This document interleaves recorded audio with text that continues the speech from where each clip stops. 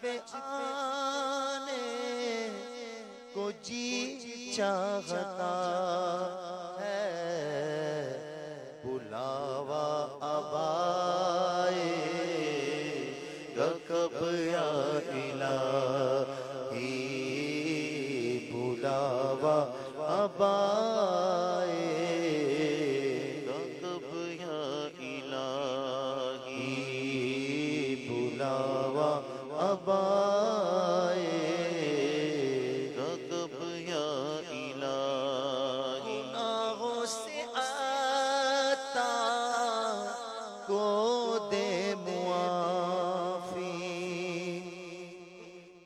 گناہوں سے آتا کو دے معافی، کرم ہو نہ کرنا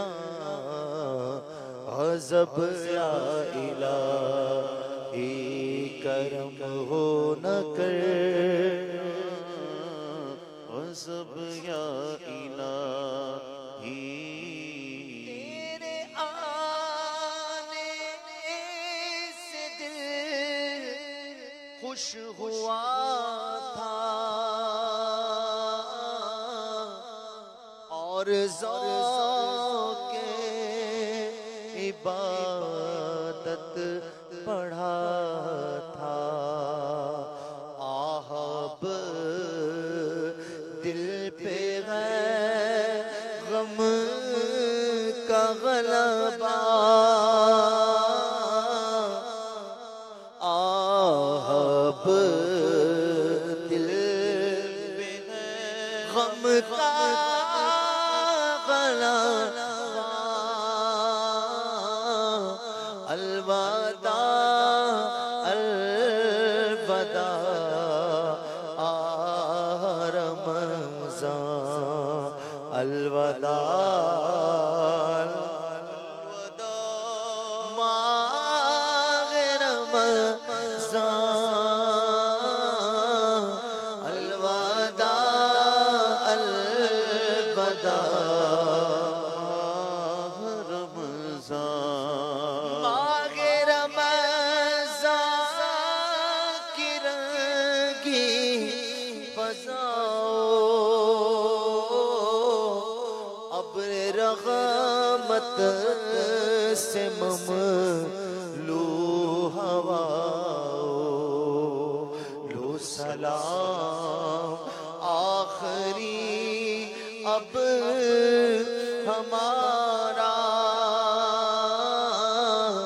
لو سلام آخری اب ہمارا، الوداع الوداع رمضان، الوداع الوداع رمضان، واسطہ تجھ کو میٹھے نبی کا، حشر میں ہم کو مت بھول،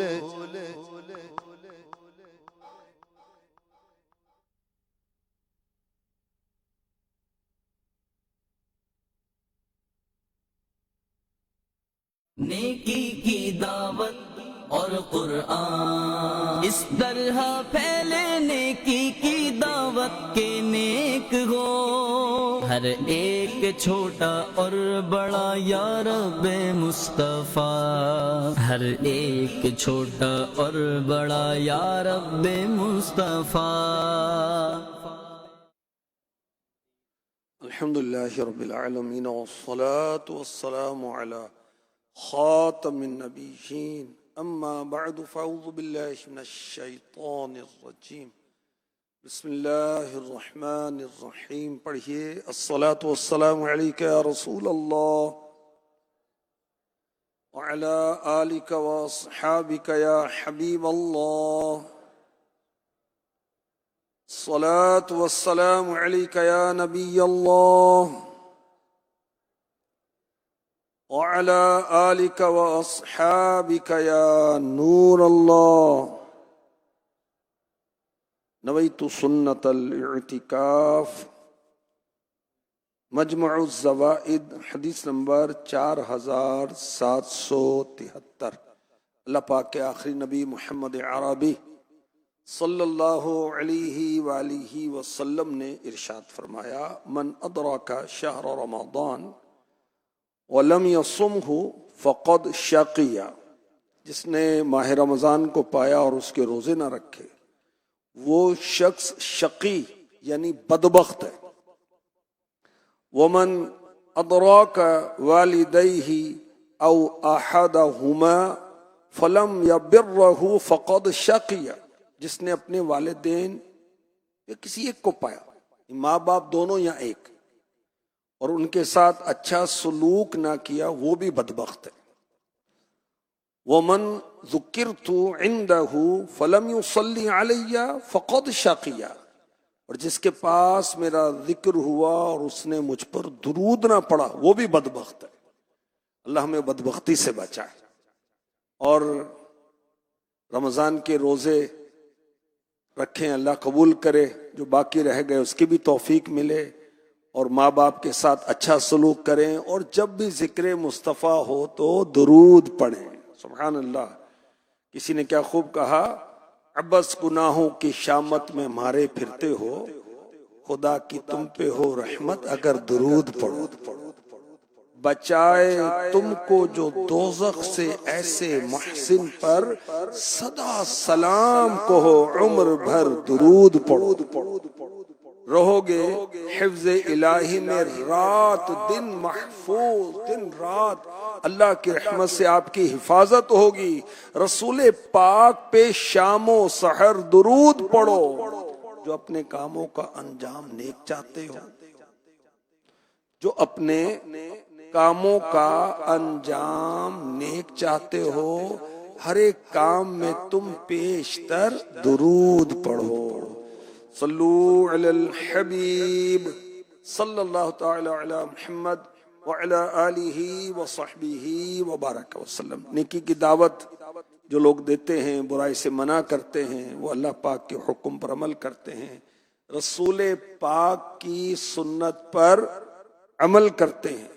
اتنا عظیم کام ہے نیکی کی دعوت دینا، برائی سے منع کرنا، کہ اس کام کی ادائیگی کے لیے اللہ کریم نے انبیاء کرام کو دنیا میں بھیجا. تکلیفیں آتی ہیں، آزمائشیں آتی ہیں، مگر وہ صبر کے ساتھ، استقامت کے ساتھ نیکی کی دعوت دیتے رہے. اور کفار کی طرف سے جب ہمارے سرکار دو جہاں کے تاجدار صلی اللہ علیہ وسلم کو آزار پہنچتا ہے، تکلیف پہنچتی ہے، سبحان اللہ، رب کائنات محبوب کو تسلیاں دیتا ہے. سورہ غاشیہ: فذکر انما انت مذکر. تو تم نصیحت کرو، تم تو نصیحت کرنے والے ہی ہو. اللہ اکبر. اللہ پاک اپنے محبوب کو فرما رہا ہے کہ آپ کا منصب، آپ کا ذمہ نصیحت پہنچا دینا ہے. رہا اس نصیحت میں غور و فکر کرنا، حق و نصیحت کا قبول نہ کرنا، یہ آپ کے ذمے نہیں ہے. اللہ تبارک و تعالی نے اپنی قدرت کے عجائبات کا بیان کیا. افلا ينظرون الى الابل كيف خلقت والى السماء كيف رفعت والى الجبال كيف نصبت والى الارض كيف سطحت. کیا وہ اونٹ کو نہیں دیکھتے کہ کیسا بنایا گیا ہے، اور آسمان کو کیسا اونچا کیا گیا ہے، اور پہاڑوں کو کیسے قائم کیا گیا ہے، اور زمین کو کیسے زمین کیسے بچھائی گئی. اچھا، ان عجائبات قدرت کو بیان کرنے کے بعد رب کائنات اپنے محبوب کو فرماتا ہے: فذکر، تم نصیحت کرو، یعنی لوگوں کو میری طرف بلاؤ اس طرح کہ میری نعمتیں لوگوں کو بتاؤ، قدرت کے دلائل بیان کرو، لوگوں کو سمجھاؤ، نصیحت کرو. اللہ اکبر. یعنی اللہ پاک اپنے محبوب کو فرما رہا ہے کہ دنیا کی ساری چیزیں معرفت الہی کی کتاب ہیں اور آپ معلم ہیں، اور لوگ آپ کے ذریعے ان چیزوں پر غور کریں، رب کو پہچانیں۔ بڑی پیاری بات علماء نے لکھی، عاشقان رسول علماء کے یہ کام ہوتے ہیں۔ استاد کے بغیر کتاب نہیں پڑھی جا سکتی۔ رب نے فرمایا، قرآن کو کتاب فرمایا اور آقا علیہ الصلوۃ والسلام کو نور فرمایا۔ تو نور کے بغیر، نور بغیر کتاب کے بھی مفید ہے، مگر کتاب نور کے بغیر نہیں پڑھی جا سکتی۔ اللہ اکبر۔ دیکھیں بہت سارے صحابہ، میرے آقا علیہ الصلوۃ والسلام کے والدین کریمین، وہ نزول قرآن سے پہلے ایمان لائے، بحیرہ راہب نزول قرآن سے پہلے ایمان لائے، اور بہت سے، اور بعض صحابہ آقا علیہ الصلوۃ والسلام کو دیکھ کر ایمان لائے اور شہید ہو گئے۔ اور مفتی صاحب فرماتے ہیں کوئی ایسا نہیں ملے گا جو حضور کے بغیر محض قرآن سے ہی ایمان لایا ہو۔ اللہ اکبر۔ انما انت مذکر، تم تو نصیحت کرنے والے ہو۔ مذکر آقا علیہ الصلوۃ والسلام کے مبارک ناموں میں سے ایک نام ہے۔ آقا علیہ الصلوۃ والسلام کے کتنے نام ہیں؟ اعلیٰ حضرت قصیدہ درود میں لکھتے ہیں، ذات ہوئی انتخاب، وصف ہوئے لاجواب، ذات ہوئی انتخاب، وصف ہوئے لاجواب، نام ہوا مصطفیٰ تم پہ کروڑوں درود۔ آقا علیہ الصلوۃ والسلام کے بے شمار صفاتی نام، ذاتی نام محمد اور احمد صلی اللہ علیہ وآلہ وسلم۔ تو ان مبارک ناموں میں ایک نام ہے مذکر، ذکر سے بنا ہے۔ ذکر کے معنی کیا ہے؟ نصیحت، یاد دلانا، تذکرہ کرنا، خیر خواہی، شرف، عظمت، عزت۔ مفتی احمد یار خان نعیمی رحمۃ اللہ تعالی علیہ تفسیر نور العرفان میں فرماتے ہیں، ہر معنی کے لحاظ سے حضور مذکر ہیں۔ حضور اللہ کی ذات و صفات یاد دلاتے ہیں۔ آپ کا نام مبارک مذکر ہے۔ میثاق کا بولا ہوا عہد یاد دلاتے ہیں۔ دنیا میں آنے سے پہلے ہم نے اپنے رب سے وعدے کیے تھے کچھ، وہ یاد دلاتے ہیں۔ گزشتہ انبیاء ان کی امتوں کو یاد دلاتے ہیں۔ حضور تمام خدائی کے سچے خیر خواہ، ان کا ہر کلام و ہر کام مخلوق کے لیے نصیحت، حضور کی برکت سے انبیاء، اولیاء، مومنین، حضور کے تعلق رکھنے والے حضرات، بلکہ مکہ و مدینہ کے ذرات، غرض کے زمان و زمین کو شرف و عظمت ملی۔ اور مفتی صاحب فرماتے ہیں یہ بھی خیال رہے کہ مذکر میں وقت، نوعیت وغیرہ کی قید نہیں، کیونکہ حضور سب کو ہمیشہ ہر طرح مذکر ہیں۔ حضور کی ہر ادا تبلیغ ہے، تیری ایک ایک ادا پیارے دلیل بے مثالی ہے۔ سبحان اللہ۔ تفسیر نور العرفان میں مفتی احمد یار خان نعیمی نے یہ لکھا جو میں نے آپ کو ابھی سنایا، بڑی پیاری تفسیر ہے، آپ کو پڑھنے کا مشورہ دوں گا۔ قرآن فہمی اللہ نصیب کرے، اور یہ تفسیر مختصر بھی ہے، اور انشاءاللہ جو پڑھے گا سمجھے گا عاشق رسول بن جائے گا۔ اتنی زبردست اس کی جو تفسیر اور ایسا زبردست انداز۔ اچھا، تفسیر طبری میں ہے، اللہ پاک نے اپنے حبیب کو مخاطب کر کے فرمایا، اے محمد صلی اللہ علیہ وسلم، میرے بندوں کو میری آیات کے ذریعے نصیحت کرو، میرے دلائل سے ان کی خیر خواہی کی بات کہو، میرے پیغامات ان کو پہنچاؤ۔ ہم نے تو تمہیں ان کی جانی مذکر بنا کر بھیجا ہے، میری نعمتوں کو یاد کراؤ، جن چیزوں کی پہچان ان کے لیے لازم ہے ان کی پہچان کراؤ، نصیحت کرو۔ رب کائنات اپنے محبوب کو خطاب کر رہا ہے، ارشاد فرما رہا ہے، لیکن یاد رکھیں آقا علیہ الصلوۃ والسلام کے وسیلے سے تمام مسلمانوں کو خطاب ہے، جو سمجھانے کی صلاحیت رکھتا ہو وہ دوسروں کو سمجھائے۔ میں کون سا امام ہوں، میں کون سا پیر صاحب ہوں، میں کون سا مبلغ ہوں، میں کون سا نگران ہوں، بھائی سب سمجھائیں، صرف علماء پر ہی تبلیغ نہیں ہے۔ اور کیسے سمجھائیں؟ جس کو سمجھانا ہے اس کو اللہ کی نعمتیں یاد کرائیں، بتائیں اس کو یہ اونٹ کی پیدائش میں غور کریں، اللہ کی شان ہے، اس کا کوہان، اس کے پاؤں، اس کی آنکھیں، اس کا کان، اس کا ریگستان میں چلنا، اس کا کئی کئی دن تک بھوکا پیاسا رہنا، اللہ اکبر، کتنی شان ہے۔ کتابیں لکھی گئی ہیں، افلا ينظرون الى الابل كيف خلقت، صرف اس ایک آیت پر کتنی کتابیں لکھی گئی ہیں، اللہ اکبر۔ تو اللہ کی شانیں بیان کر کے لوگوں کو اللہ کی طرف بلایا جائے، اور وہ علوم، جدید علوم جس سے زمین و آسمان کے بارے میں نئی نئی ریسرچ ہوتی ہے اور وہ تائید کرتی ہے اسلام کی، دین کی، یہ بتا کر بھی لوگوں کو سمجھایا جائے۔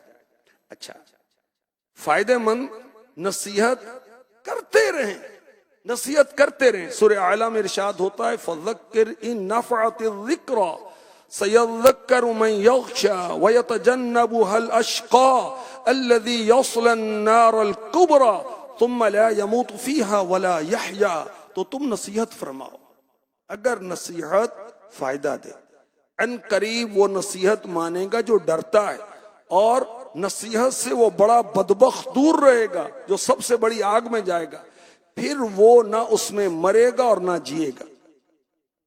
تو نصیحت کرتے رہیں، نیکی کی دعوت دیتے رہیں، اللہ کی نعمتیں یاد دلاتے رہیں، خیر خواہی کرتے رہیں، شرعی احکام بتاتے رہیں، عقائد اسلامیہ بتاتے رہیں۔ اللہ اکبر۔ نصیحت مانے گا کون؟ نہیں مانے گا کون؟ سیذکر من یخشی ویتجنبها الاشقى الذی یصلی النار الکبری ثم لا يموت فیہا ولا یحیا۔ ان قریب وہ نصیحت مانے گا جو ڈرتا ہے، اور نصیحت سے وہ بڑا بدبخت دور رہے گا جو سب سے بڑی آگ میں جائے گا، پھر وہ نہ اس میں مرے گا نہ جیے گا۔ وہ بدبخت جو نصیحت نہیں مانے گا وہ کون ہے؟ ولید بن مغیرہ، گستاخ رسول، ابو جہل، اور وہ جہنم میں جائیں گے اور نہ اس میں مریں گے نہ جیئیں گے۔ اللہ اکبر۔ تو نصیحت کون مانتا ہے؟ وہ مانتا ہے جس کو اللہ نے اپنا خوف عطا فرمایا ہے۔ اللہ اکبر۔ اور نیکی کی دعوت سے ہر ایک فائدہ نہیں اٹھاتا۔ مفسرین سمجھاتے ہیں، مفتی احمد یار خان نعیمی نے سمجھایا، سورج سے سب نور نہیں لیتے، سورج تو چمک رہا ہے۔ نیک بخت کی پہچان یہ ہے کہ اس کا دل حضور کی طرف جھکے اگرچہ گناہ گار ہو۔ چوتھی بات، جو حضور کے دروازے سے محروم رہا وہ بڑا بدنصیب ہے، اسے کبھی ہدایت نہیں ملے گی۔ رب نے اسے اشقا فرمایا، بڑا بدبخت فرمایا۔ اب نیکی کی دعوت دینے والوں کے لیے کیا نصیحت ہے؟ وہ سنیں یا نہ سنیں، بہرحال ان کی خوشی، حال دل ہم تو کہے جائیں گے انشاءاللہ۔ نماز کی دعوت دیے جائیں گے انشاءاللہ، نیکی کی دعوت دیے جائیں گے انشاءاللہ، اپنے ماتحتوں کو، اپنے دوستوں کو، اپنے فیملی کو، اپنے جاننے والوں کو، جن سے لین دین ہے، جن سے نشست و برخاست ہے، ہمارے رشتہ دار ہیں، ہمارے پڑوسی ہیں، ہمارے اہل علاقہ ہیں، بچپن کے دوست ہیں، موقع کی مناسبت سے نیکی کی دعوت دیتے رہے، نیکی کی دعوت دیتے رہے۔ ہمارے آقا علیہ الصلوۃ والسلام نے فرمایا، تم میں سے جو شخص کسی برائی کو دیکھے اسے اپنے ہاتھ سے بدل دے، اگر اس کی طاقت نہ رکھتا ہو تو زبان سے روکے، اس کی بھی طاقت نہیں رکھتا تو دل ہی میں برا جانے، یہ ایمان کا کمزور ترین درجہ ہے۔ مسلم شریف حدیث نمبر 49۔ اب اس حدیث کے تحت جو علماء نے سبحان اللہ مدنی پھول دیے ہیں وہ بڑے زبردست ہیں۔ مفتی احمد یار خان نعیمی فرماتے ہیں، برائی کو بدلنے کے لیے ہر طبقے کو اس کی طاقت کے مطابق ذمہ داری سونپی گئی۔ اسلام میں کسی انسان کو اس کی طاقت سے زیادہ تکلیف نہیں دی جاتی۔ ارباب اقتدار، اساتذہ، والدین وغیرہ جو اپنے ماتحتوں کو کنٹرول کر سکتے ہیں، وہ قانون پر سختی سے عمل کرا کے مخالفت کی صورت میں سزا دے کر برائی کا خاتمہ کر سکتے ہیں۔ مبلغین اسلام، علماء و مشائخ، ادیب و صحافی، اور دیگر ذریعے جیسے ریڈیو ٹی وی وغیرہ سے سبھی لوگ اپنی تقریروں تحریروں شعرا اپنی نظموں کے ذریعے برائی کا خاتمہ کریں نیکی کو فروغ دیں زبان سے روکنے کی یہ ساری صورتیں آ گئیں برائی کو ہاتھ سے روکنے کا کیا طریقہ ہے حضرت علامہ ملا علی قاری رحمۃ اللہ علیہ فرماتے ہیں جو کوئی ایسا کام ہوتے ہوئے دیکھے جس سے شریعت نے منع کیا یعنی اللہ نے منع کیا رسول پاک نے منع کیا اسے چاہیے کہ اسے اپنے ہاتھ سے روک دے اس شخص کو اس کام سے منع کرے اس کے گناہ کے آلات کو توڑ دے شراب وغیرہ کو بہا کر ضائع کر دے اگر وہ چھینی ہوئی چیز ہے تو اس کے مالک تک پہنچا دے اور حضرت علامہ